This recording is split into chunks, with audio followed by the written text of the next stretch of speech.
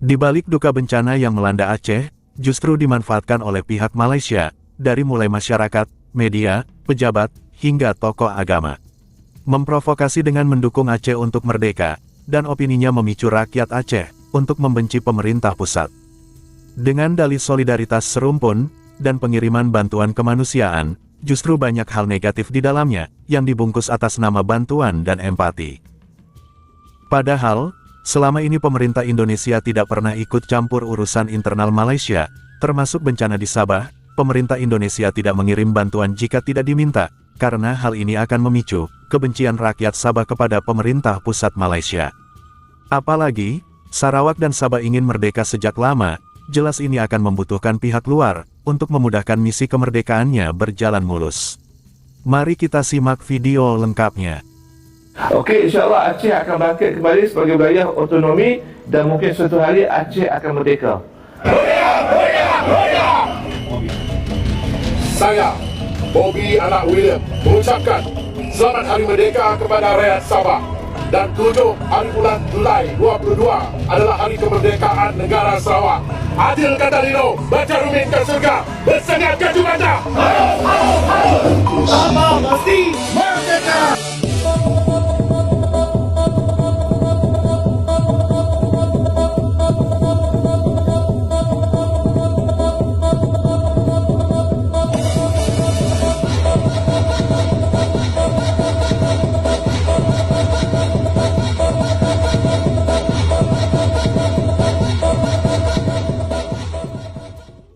Boleh jadi dengan banjir ini semangat untuk merdeka akan kembali. Saya rasa kembali. Sebab banyak bendera Aceh itu dikibarkan kembali dan mereka menuntut kembali supaya Aceh sebenarnya merdeka. Terima les boleh. Kenapa Aceh tak boleh? Kan semua pendapatan Aceh bukan sedikit. Kan Aceh ada minyak tau. Itu jangan tak mau lepas tau. Itu rahsia dia. Kenapa tak mau lepas Aceh? Masih lagi dia mau kasih tahu ini persekutuan adalah persekutuan Tanah Melayu. Saya tidak peduli itu. Yang saya peduli, perlembagaan Sabah cakap persekutuan memberi maksud persekutuan yang ditubuhkan pada tahun 63. Persekutuan yang ditubuhkan selepas Hari Malaysia, dia cakap. Perlembagaan siapa? Semua sudah cakap tadi. Ini perlembagaan siapa kasih? Queen. Kalau British sejak pun cakap persekutuan yang dibentuk selepas Hari Malaysia, siapa heran sama persekutuan Tanah Melayu yang dibentuk pada tahun 57? Kita boleh ada dua tafsiran, tapi di Sabah kita cakap persekutuan yang dibentuk selepas Hari Malaysia. Dia mau kasih tahu kenapa persekutuan yang ditafsirkan dalam perlembagaan Sabah sebagai persekutuan selepas Hari Malaysia, mau kasih tahu ini Sabah tidak termasuk dalam itu 11 negeri.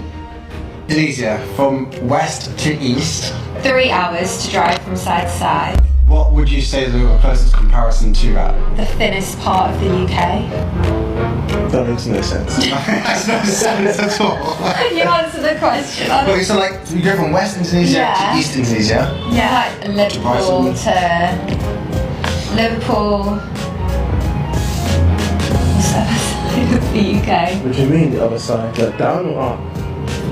Nah, okay. I reckon it takes like 3 hours to drive from side to side, which would be like Not Bali, Indonesia. I think it'd probably be from like Wait. potentially North America, Canada.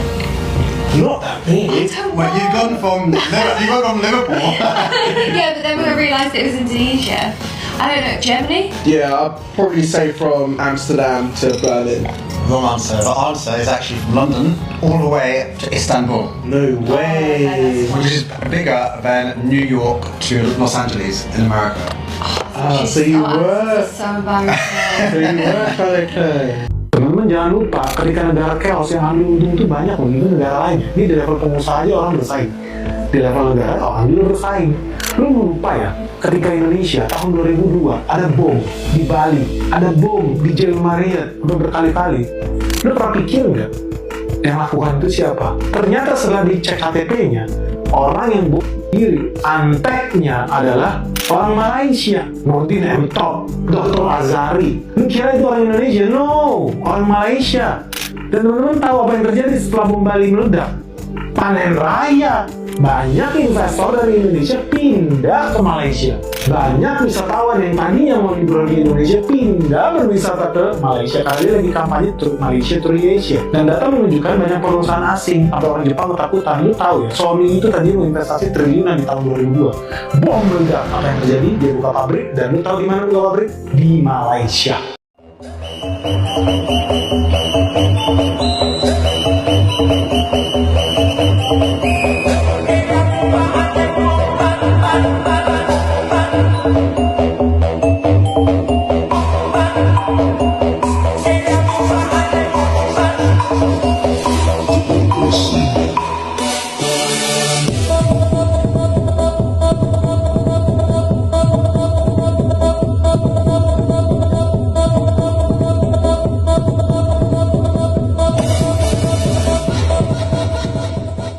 Ini tempat yang mereka ambil bendera Malaysia kita dan mereka kibarkan. Jadi kali ini kita nak minta mereka turunkan lah demi kesejahteraan hubungan Indonesia-Malaysia. Kita tengok bendera Malaysia tak ada dah, dia pun dah gantung bendera Indonesia.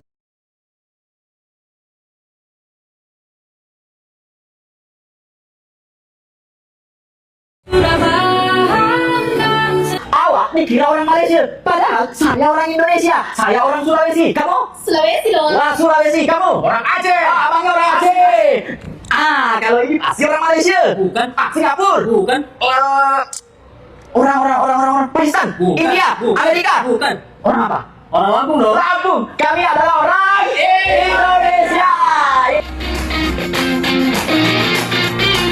Selamat berjuang.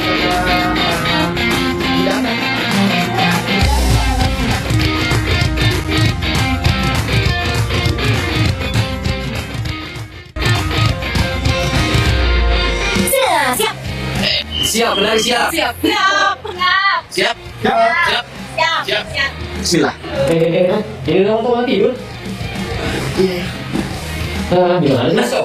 Bayangkan kalau tak ada Aceh, Malaysia pasti akan hancur berkecai kerana bencana alam yang sangat dahsyat. Ya, saya akui memang Aceh ni pelindung kepada Malaysia, dan sebab itulah wajib kita memastikan Aceh ni sentiasa berada dalam keadaan yang baik. Kerana menjaga Aceh samalah seperti menjaga Malaysia. Ini bukan soal politik lagi, tetapi ini soal keselamatan. Bayangkan kalau Aceh ni tak wujud waktu tsunami 2004 dulu.